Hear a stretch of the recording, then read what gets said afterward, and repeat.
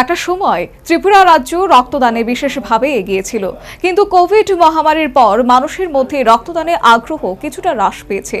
বক্তা পর্যটন মন্ত্রী সুশান্ত চৌধুরী। সেই সাথে তিনি বলেন, রাজ্যের ব্লাড ব্যাংকগুলিতে রক্তের যোগান কম, তাই সবাইকে রক্তদানে এগিয়ে আসতে হবে। ত্রিপুরার পর্যটনকে এগিয়ে নিয়ে যাওয়ার জন্য ইতিমধ্যে রাজ্য সরকার কেন্দ্রীয় সরকারকে সাহায্য সহযোগিতা একাধিক পদক্ষেপ গ্রহণ করছে। পর্যটন দপ্তরের কর্মকর্তাদের দাবির ফলশ্রুতিতে রাজ্যে পর্যটন শিল্পের শ্রীবৃদ্ধি ঘটেছে।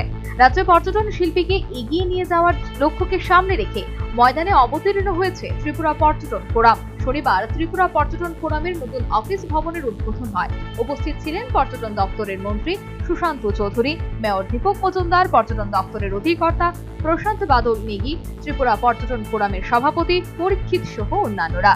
এদিন ত্রিপুরা পর্যটন ফোরামের নতুন অফিস ভবনের উদ্বোধন উপলক্ষে আইজিএম হাসপাতালে রক্তদান শিবিরের আয়োজন করা হয়।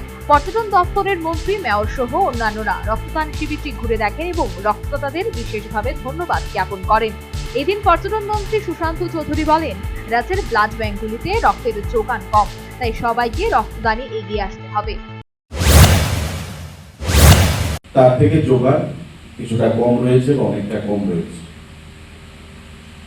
তাই জাত পাত ধর্ম বর্ণ নির্বিশেষে সমস্ত রাজনীতির ঊর্ধ্বে উঠে শাসক দল এবং বিরোধী দল প্রত্যেকে আমরা রক্তদানে মানুষকে মোটিভেট করার জন্য যে কোনো উৎসব অনুষ্ঠান মাধ্যমে রক্তদান শিবিরের আয়োজন করে। সে সাথে তিনি বলেন, একটা সময় ত্রিপুরা রাজ্য রক্তদানে বিশেষভাবে এগিয়েছিল, কিন্তু কোভিড মহামারীর পর মানুষের মধ্যে রক্তদানে আগ্রহ কিছুটা হ্রাস পেয়েছে। একটা সময় ছিল ত্রিপুরা রাজ্য রক্তদানে আমরা অনেকটাই এগিয়েছিলাম ভারতবর্ষের মধ্যে, কিন্তু মাঝখানে করোনা যে মহামারী, যেটা আমাদেরকে নতুন করে শিক্ষা দিয়ে গেছে এবং আমরা এইভাবে একসঙ্গে মিলিত হতে পারবো, আমরা অনেক সময় ভাবিনি, আশা হারিয়েছিলাম যে হয়তো বা কোনো সময় আমরা একত্রিত হতে পারবো।